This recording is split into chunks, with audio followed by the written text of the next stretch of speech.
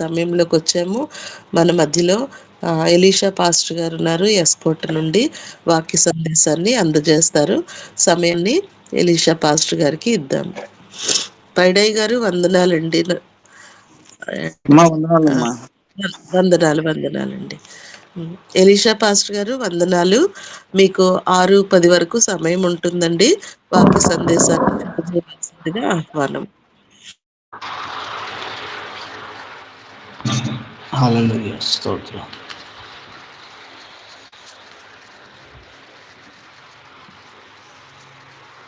దేవునికి స్తోత్రం. ప్రభువును మన రక్షకుడైన యేసుక్రీస్తు ప్రభుల వారికి సమస్త మహిమా ఘనత కలుగుగాక. సమయం ఇచ్చినటువంటి దేవునికి వందనాలు. ముఖ్యంగా దండరాజు గారికి, అమ్మగారికి ప్రభు నామములో వందనాలండి. అనుదినము ప్రార్థనలో ప్రభుతో గడుపుతూ ప్రతిదినము కూడా దేవుని మహిమపరుస్తున్న సేవకులకు, సహోదరులకు యేసుక్రీస్తు ప్రభు నామములో వందనాలు. హల్లెలూయా. దేవుని మహాకృప ఈ సంవత్సర కాలం అంతా కూడా దేవుడు కాచి కాపాడి ఉన్నాడు. ఈ డిసెంబర్ నెలంతా కూడా దేవుని యొక్క కాపుదల మనకు దేవుడు అనుగ్రహించాలని కోరుకుంటున్నాను. పాట పాడుతూ ప్రభువును కనపరుచుకుందాం. తర్వాత మనం వాక్యానికి వెళ్దామండి.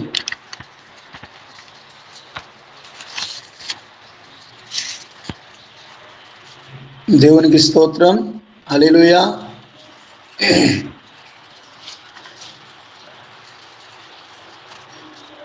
నా తోడుగా ఉన్నవాడవే, నా చేయి పట్టి నడుపువాడవే, నా తోడుగా ఉన్నవాడవే, నా చేయి పట్టి నడుపువాడవే, నా పక్షమున నిలచువాడవే, నా పక్షమున నిలచువాడవే, నా ధైర్యము నీవేస్తయ్యా, నా ధైర్యము నీవేస్తయ్యా, యేసయ్యా, యేసయ్యా, యేసయ్యా, యేసయ్యా, కృతజ్ఞత స్తుతులు నీకేనయ్యా, కృతజ్ఞత స్తుతులు నీకేనయ్యా, నా తోడుగా ఉన్నవాడవే, నా చేయి పట్టి నడుపువాడవే, నా తోడుగా ఉన్నవాడవే, నా చేయి పట్టి నడుపువాడవే, నాను వారు నాకు దూరమైన నా తల్లిదండ్రులైన చేయి విడచినా, నాను వారు నాకు దూరమైన నా తల్లిదండ్రులైన చేయి విడచినా, ఏ క్షణమైనా నన్ను విడవకుండా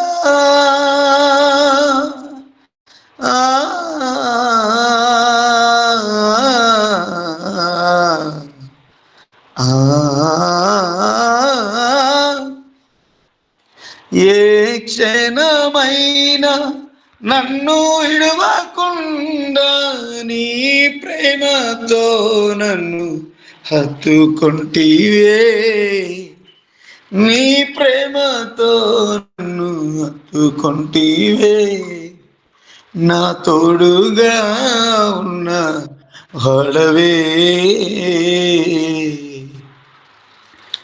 నా చేయి పట్టి నడుపు వాడవే, నా తోడుగా ఉన్న వాడవే,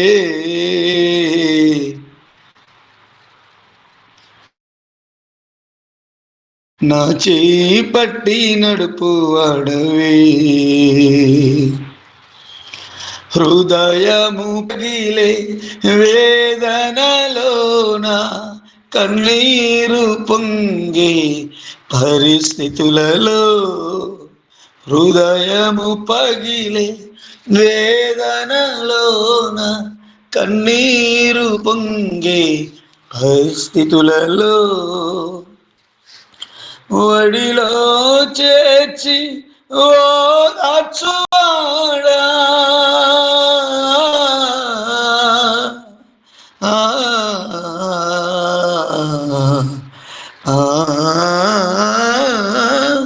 ఒడిలో చేర్చి ఓదార్చువాడ, కన్నీరు తుడిచిన నా కన్న తండ్రివే, కన్నీరు తుడిచిన నా కన్న తండ్రివే, నా తోడుగా ఉన్నవాడవే, నా చేయి పట్టి నడుపు వాడవే, నా తోడుగా ఉన్నవాడవే,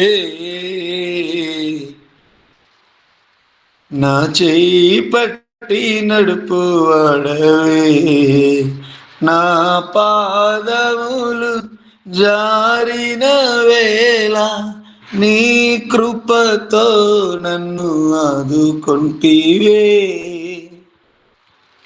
నా పాదములు జారిన వేళ నీ కృపతో నన్ను ఆదుకొంటివే, నీ ఎడమ చేయి నా తల క్రింద ఉంచి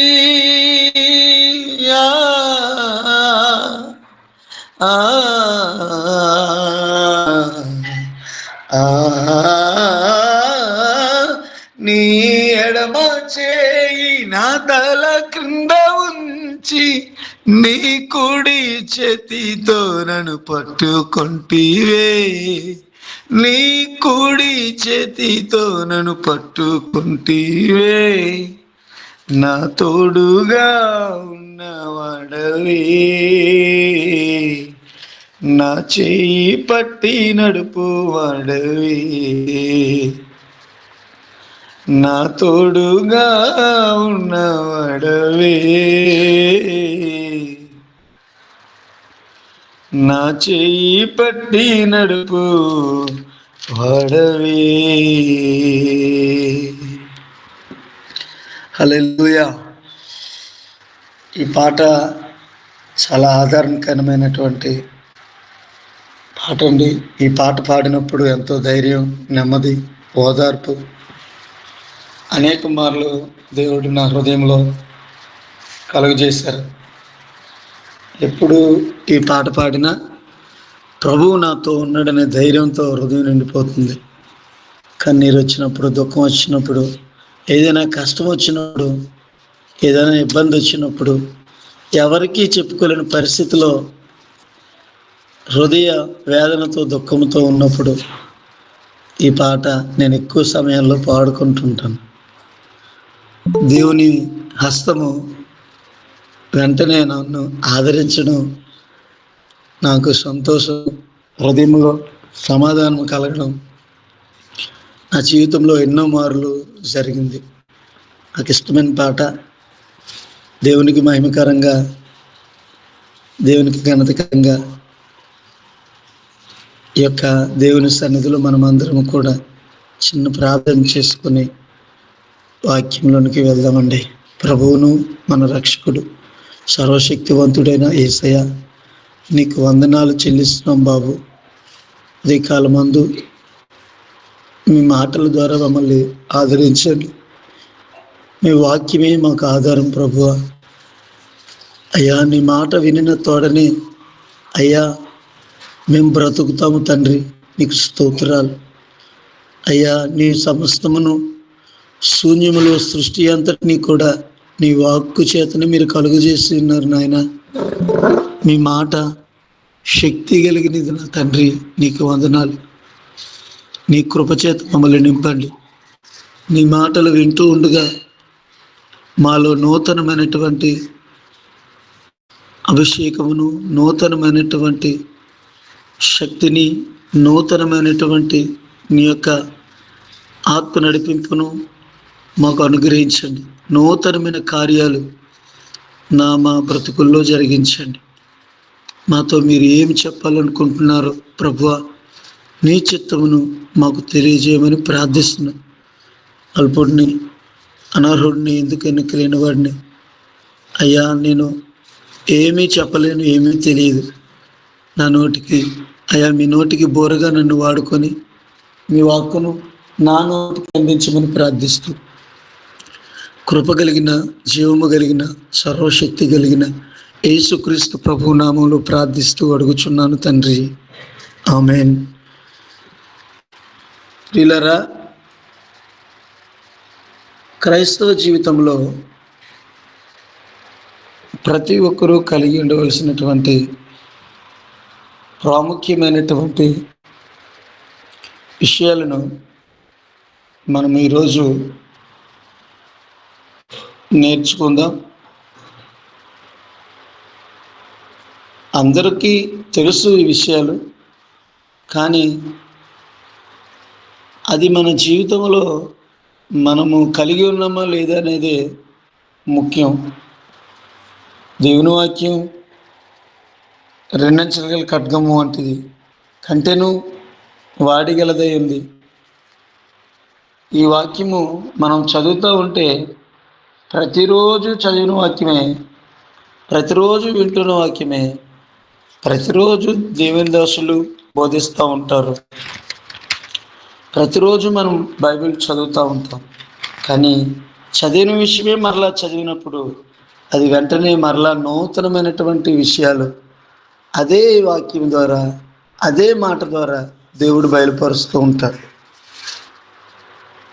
ఒక అధ్యాయము మనం రోజుకి ఒక 10 సార్లు చదివినా ఆ 10 సార్లలో కూడా కొత్త విషయమే మనకు కనిపిస్తూ ఉంటుంది. అది ఇంకా మరలా మనకు నూతనముగానే అనిపిస్తుంటుంది. కాబట్టి ఈ వాక్యం అనేది చాలా విలువైనది.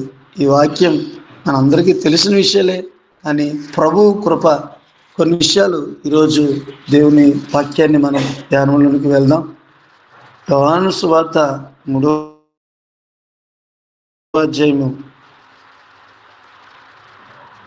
యోహాను సువార్త 3వ అధ్యాయము 16వ వచనంలో దేవుడు లోకమును ఎంతో ప్రేమిస్తున్నాడనే మాట ఇక్కడ మనం చూస్తాం. ఎంతో ప్రేమించెను కాగా ఆయన తన అద్వితీయ కుమారునిగా పుట్టిన వాని యందు విశ్వాసం ఉంచు ప్రతి వాడును నశింపక నిత్య జీవము పొందునట్లు ఆయనను అనుగ్రహించెను. అలాగే యోహాను సువార్త 1:12 కూడా మనం చూస్తే, పిల్లరా, తన్ను ఎందరు అంగీకరించుతారో వారందరికీ, అనగా విశ్వాసముంచిన వారికి దేవుని పిల్లలగుటకు ఆయన అధికారము అనుగ్రహించెను. ఆమేన్. హల్లెలూయా.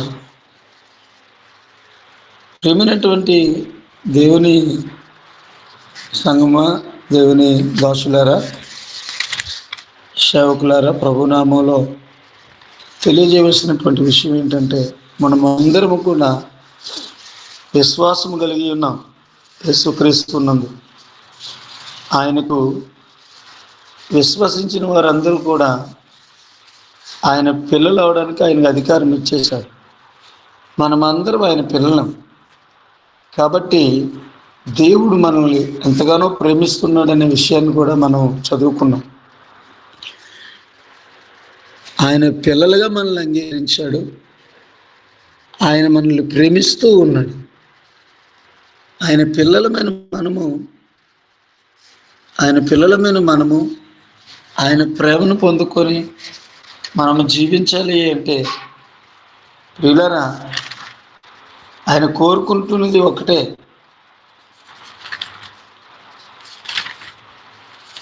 ఆయన కోరుకుంటుంది మన దగ్గర నుంచి, ఆశిస్తున్నది ఒకటే. ఆయన మన కొరకు వ్యక్తిగా చేసుకొని పరలోకాన్ని విడిచిపెట్టి తన్ను తాను తగ్గించుకొని ఈ భూమి మీదకి మనుష్య రూపమెత్తి తను తాను తగ్గించుకొని మానవ స్వరూపము ధరించి మనలను రక్షించడానికి రాజులకు రాజు, ప్రభువులకు ప్రభువు, సర్వాధికారి, సార్వభౌముడు, సర్వోన్నతుడు, సర్వలోక రక్షకుడైన యేసయ్య, న్యాయాధిపతి అయినటువంటి ఆ పరమ తండ్రి భూమి మీదకి కుమారునిగా ఉద్భవించారు. ఆ తండ్రి తన కుమారుని పంపడానికి ఇష్టపడ్డాడు, కేవలము మన రక్షణ కొరకు, మనం రక్షించబడాలని. ఆయన కోరుకుంటున్నది మనలో నుండి ఒక 4 విషయాలు మనం ఈరోజు తెలుసుకుందాం. దేవునికి స్తోత్రం కలుగును గాక. యోహాను సువార్తలో 15:7 అంటాడు, నా యందు మీరును మీ యందు నా మాటలను నిలిచి ఉండాలి అని.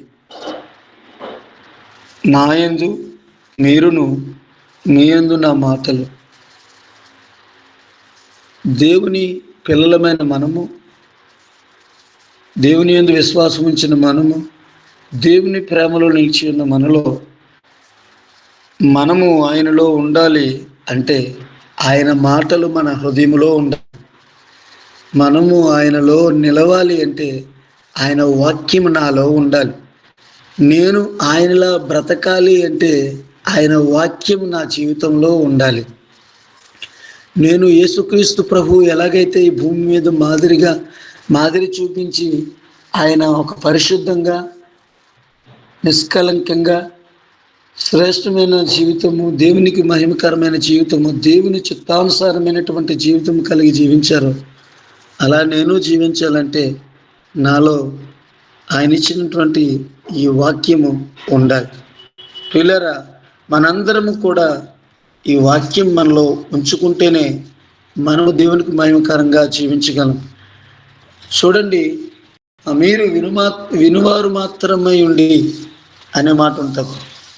ఈ వాక్యం వినువారు మాత్రముగానే కొంతమంది, చాలామంది ఉంటారు. కొంతమంది వాక్యము చదువువారు మాత్రముగానే ఉంటారు. కొందరు ఈ వాక్యాన్ని చాలా అనీజీగా తీసుకుంటూ ఉంటారు.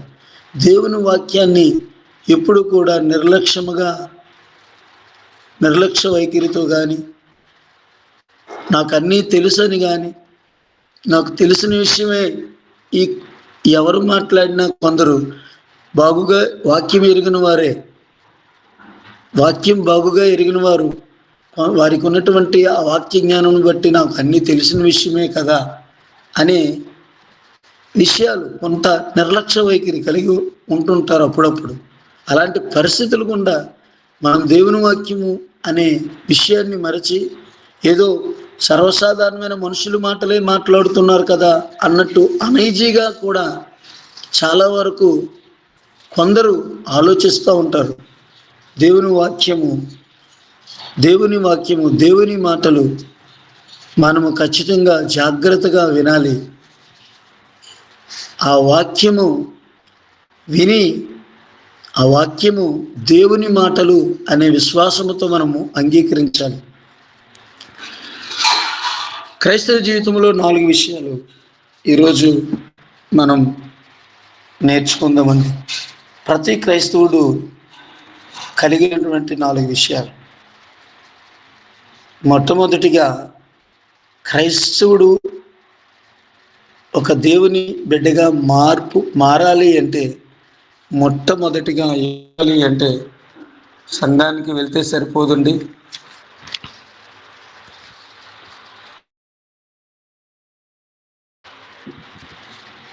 పాటలు పాడితే సరిపోదండి. ప్రార్థనలు చేస్తే సరిపోదండి.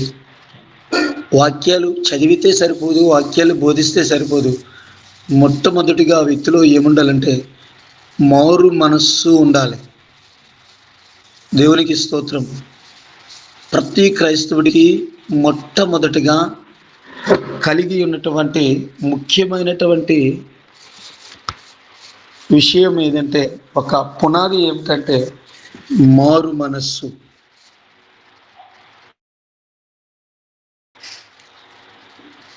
అపోస్తుల కార్యముల గ్రంథంలో ఈ మాట మనకు కనిపిస్తుందండి. పేతురు ప్రసంగము చేసిన తర్వాత అక్కడ ఉన్నటువంటి ప్రజలు 37, 38 వచనాలు చదివితే, అపోస్తుల కార్యం 2వ అధ్యాయము, వారు ఈ మాట విని హృదయంలో నొచ్చుకొని, సహోదరులారా మేమేమి చేతుమని పేతురును కడమ అపోస్తులను అడగగా, పేతురు చెప్తున్నటువంటి మాట చూడండి. మీరు మారు మనస్సు పొంది, దేవునికి స్తోత్రం, పాప క్షమాపణ నిమిత్తం ప్రతివాడు యేసుక్రీస్తు నామమున బాప్తిస్మము పొందుడి. మారు మనస్సు. ఈరోజు చాలామంది మారు మనస్సు లేని జీవితాలు కనిపిస్తుంది నేటి సంఘములో, క్రైస్తవ సమాజంలో. మారు మనస్సు అంటే మన మనస్సు మారిపోవడం, మన బ్రతుకు మారిపోవడం, మన సాక్ష్య జీవితం, పాత జీవితం మారిపోవడం, పాత ఆలోచనలు మారిపోవడం, మన పాత మాట్లాడే విధానము, పాత జీవితంలో మాట్లాడే విధానం మారడం.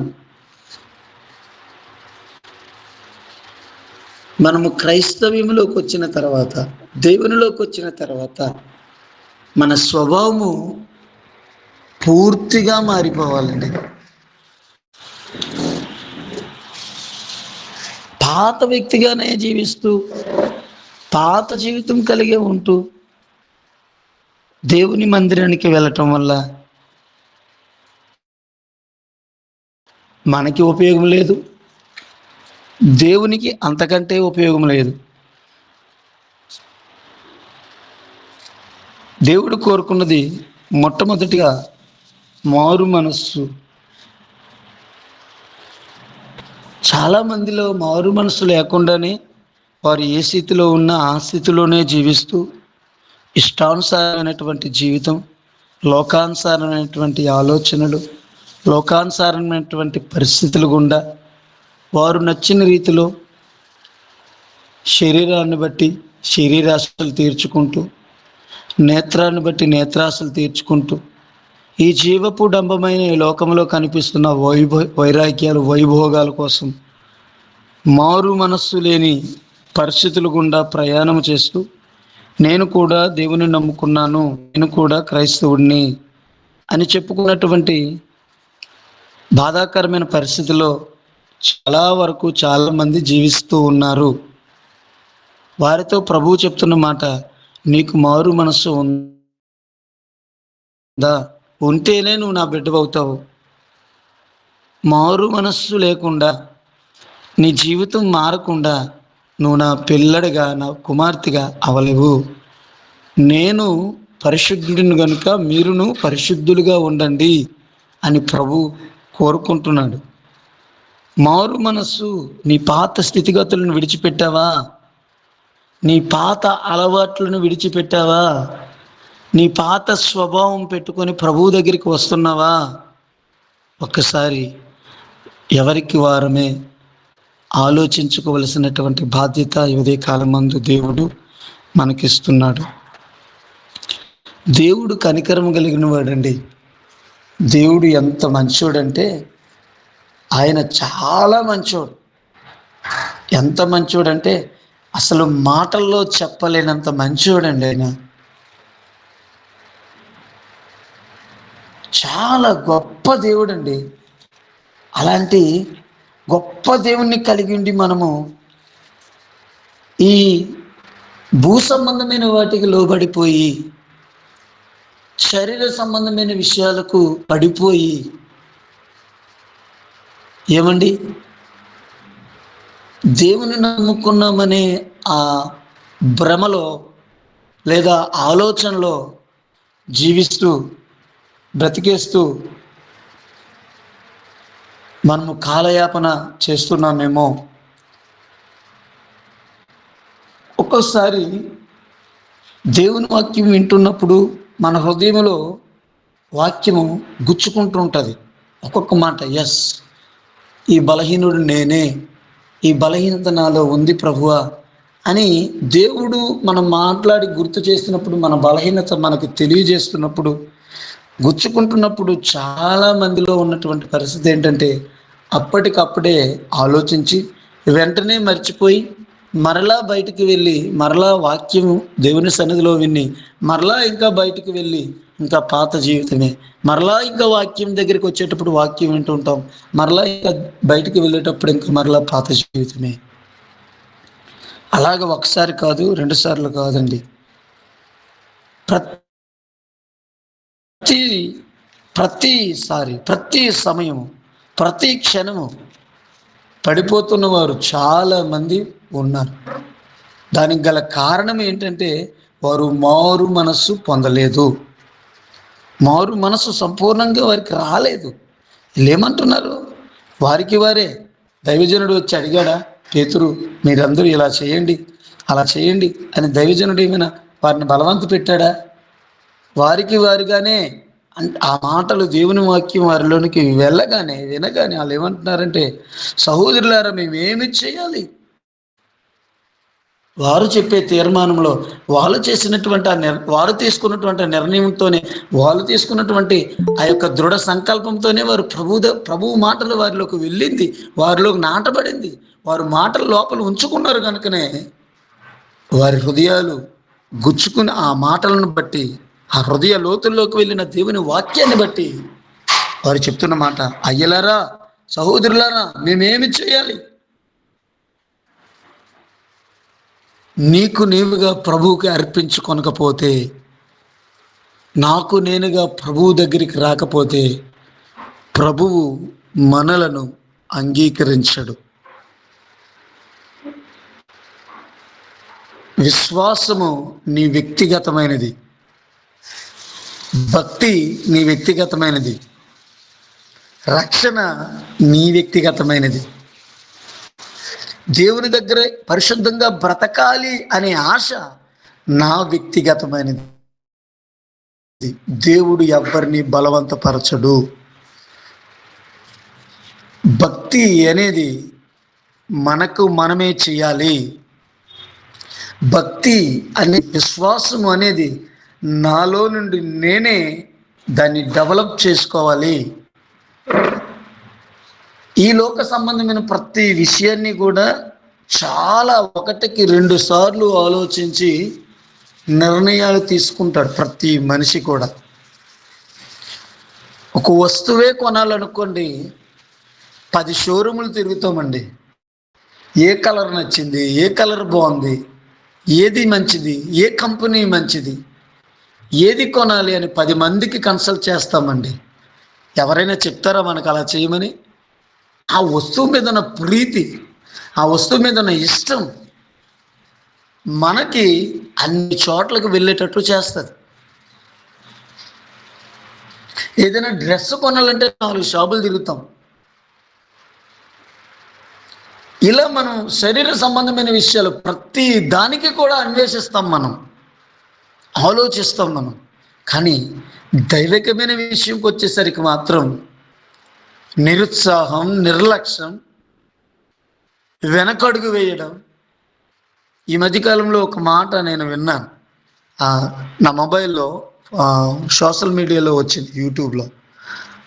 దేవుని మందిరానికి వెళ్ళేటప్పుడు మనం వెళ్ళే విధానం వేరు, డ్యూటీకి వెళ్ళేటప్పుడు వెళ్ళే విధానం వేరు. డ్యూటీకి 9 o'clockకి డ్యూటీ అంటే టైము, మనము ఒక 15 నిమిషాల ముందుగానే అక్కడ మనం ఉంటాం. ట్రైన్ ఎక్కాలంటే 1 hour ముందుగానే ట్రైన్ దగ్గర ఉంటాం. ఫ్లైట్ ఎక్కాలంటే 2 hours ముందుగానే ఆ యొక్క విమానాశ్రయంలో వెళ్ళిపోతాం. బస్సు దగ్గరికి వెళ్ళాలంటే కనీసం ఒక అరగంట ముందేనే వెళ్ళిపోతాం బస్సు ఎక్కాలంటే. ప్రతి దానికి మనకు తొందరపాటే, ప్రతి దానికి మనం ముందుగానే వెళ్తాం, ముందుగానే మనం పార్టిసిపేట్ చేస్తాం ప్రతి విషయంలో కూడా.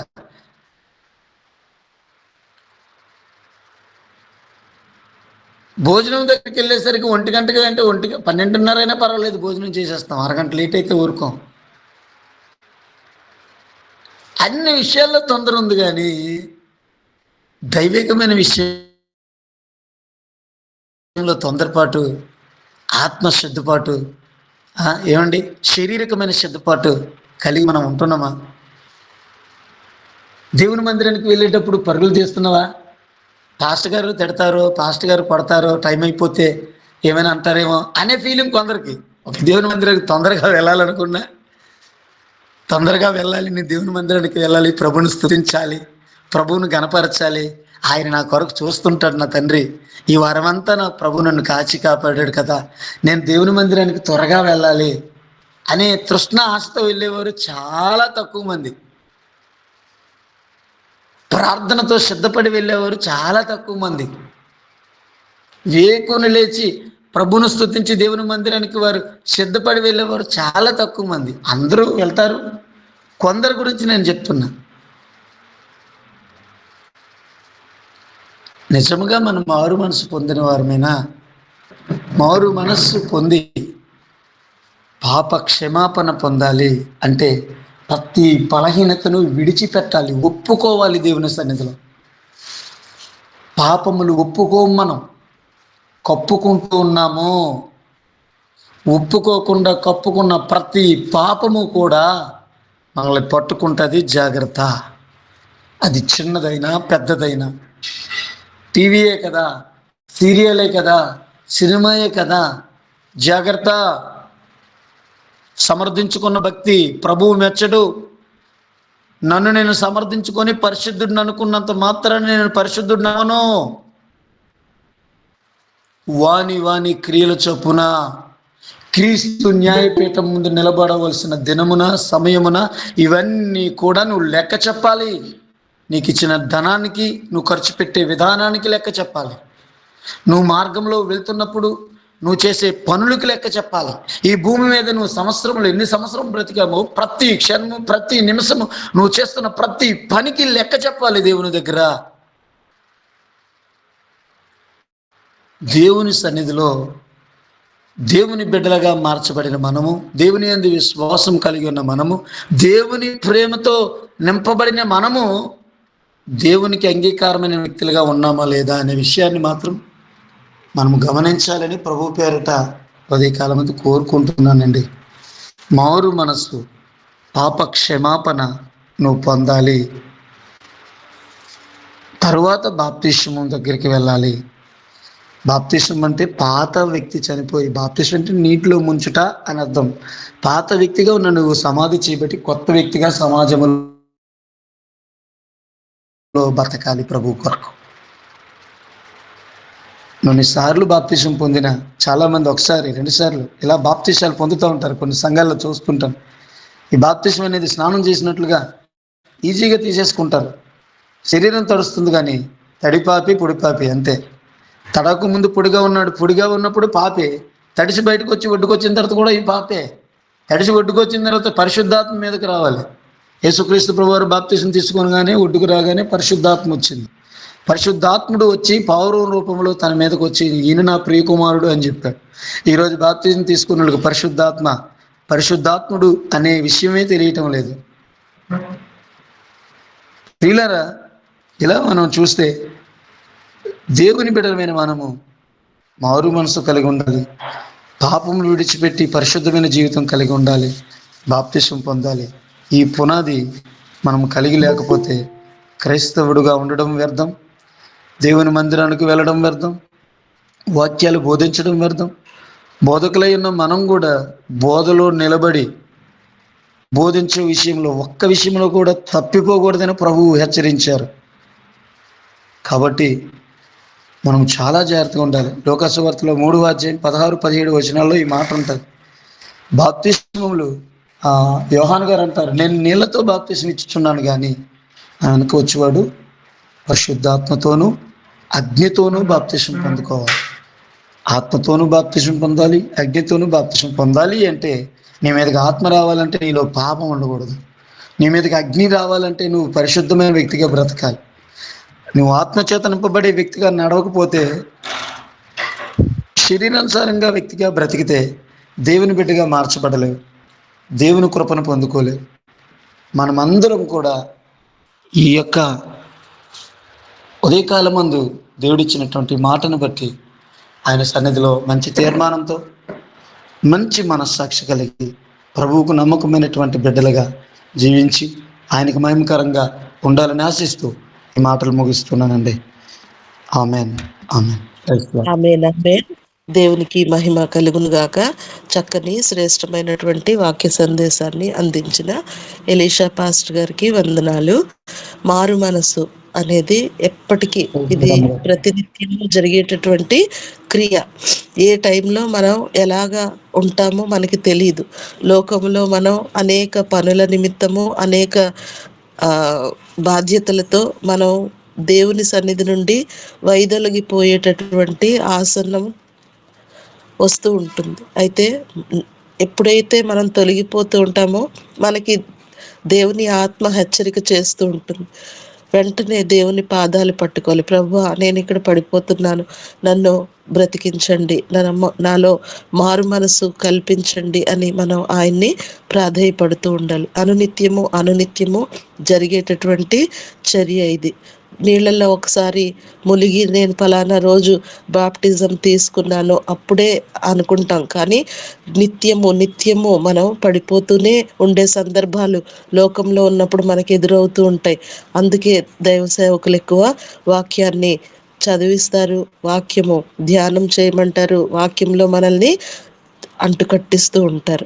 దేవుని సేవకుల ద్వారా మనం అనేక విషయాలు నేర్చుకుంటూ మన ఆత్మీయ జీవితాన్ని ముందుకు నడిపించుకోవడానికి సహాయం చేస్తున్న సేవకులందరికీ వందనాలు. ఈరోజు వాక్యం చెప్పిన ఎలీషా పాస్టర్ గారికి మరి ముఖ్యముగా వందనాలు. మరి ముగింపు ప్రార్థన చేసుకుందాము. జాన్సన్ గారు మన మధ్యలో ఉన్నారు. జాన్సన్ ప్రార్థన చేస్తారు. పరిశుద్ధుడైన యేసయ్యా, నీకే స్తుతులైన, నీకే స్తోత్రం ప్రభువానికి వందనాలయ్యా. గొప్ప దేవుడా, మహాదేవుడా, మహాగణుడ, సర్వోన్నతుడ, సర్వాధికారి, నీకే వేలాది వందనాలు అయ్యా. ఇదిగో నా తండ్రి, నా ప్రియ ప్రభునైనా జీవకరమైన మాటలను ప్రభా వినిపింపు చేసినందుకు నీకు వందనాలు. నా తండ్రి, నా ప్రియ ప్రభునైనా ప్రతి దినము కూడా, నన్ను ప్రతి క్షణం కూడా ప్రభా మా జీవితాలను ప్రభా నీకు నూతన మాదిరికరంగా, నూతన మహింకరంగా నాయన ప్రభా ఇంకా మేము మార్చుకునే తలాంతులు, ఇంకా మార్చుకునే నా జీవితాల ప్రభా మీట్లో ఉన్న మా అందరూ కూడా దయచేయండి. దేవానికి స్తోత్రం. ఆ గ్రహింపు శక్తి మాకు ఇవ్వండి ప్రభా. ఏ విషయాల్లో అయ్యా నీకు నైనా ప్రభా ఆయాస్కరంగా, దుఃఖకరంగా నైనా ప్రభా ఉన్నామో దాన్ని గ్రహించి ధరించుకునే నైనా ప్రభ తత్వం, ఆలోచన, మంచి జ్ఞానం ప్రభా, వాక్యానుసర జ్ఞానం, తగ్గింపుతనం మీట్లో ఉన్న మా అందరూ కూడా దయచేయండి. దేవానికి స్తోత్రం. ప్రభువానికి వందనం. ఒక దినాన ప్రభు నన్ను ఎత్తబడే సంఘంలో ప్రభా మేము మా కుటుంబాలతో ఉండడానికి సహాయం దయచేయమని వాక్యం చెప్పిన ప్రభు సేవకులను దీవించండి, ఆశీర్వదించండి. వీటిని నడిపిస్తున్న నన్ను దాసులను ప్రభ దీవించండి. ప్రభు నన్ను వీటిలో ఉన్న ప్రతి ఒక్కరిని కూడా ఈ దినమంతా కూడా ప్రభ నీ యొక్క రెక్కల చట్టం మాకు ఆశ్రయం కల్పించమని నాయన మా కుటుంబాలతో ప్రభు నాయన నీకు మహింకరంగా ఈ దినమంతా కూడా మేము జీవించడానికి సహాయం దయచేయము. సార్వత్రిక సంఘంను దీవించమని నీకే మహిమ చెల్లిస్తూ యేసు పరిశుద్ధ నామములో స్తుతించి అడిగి వేడుకుంటున్నాను తండ్రి. ఆమేన్. వందనాలు జాన్సన్. మరి అందరము కలిసి పరలోక ప్రార్థన చెప్పుకుందాము. పరలోకమందున్న మా తండ్రి, ఈ నామము పరిశుద్ధపరచబడి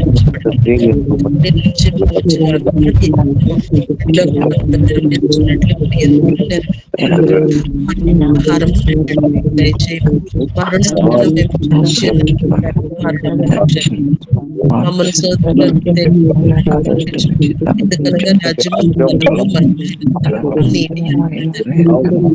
మహిమ నీతి అందరికీ వందనాలండి.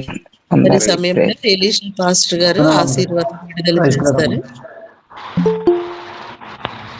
ఆశీర్వాదం తీసుకుందామండి. మన పరమ తండ్రి అయిన దేవుని ప్రేమయు, ఆయన కుమారుడు మన రక్షకుడైన యేసుక్రీస్తు ప్రభుల వారి కృపయు, పరిశుద్ధాత్మ దేవుని యొక్క అన్యోన్య సహవాసము సన్నిధి తన రాకడ పర్యంతరం సదాకాలము సార్వత్రిక సంఘముతోనూ సకల పరిశుద్ధులతోనూ ప్రతిదినము దేవుని మందిరములో యేసువైపు చూచుచుని ఈ కార్యక్రమం ద్వారా ప్రార్థనలో పాలు పొందుతున్నటువంటి సేవకులతోనూ సహోదరులతోనూ తండ్రాజయ్య గారితోనూ వారి కుటుంబముతోనూ సదాకాలము తోడేండి నడిపించునుగాక.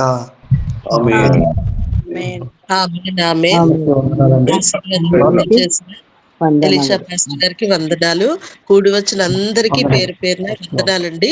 మరి ఈ రోజు ఇంతటితో తెలుగు సెషన్ మనం ముగించుకుందాము.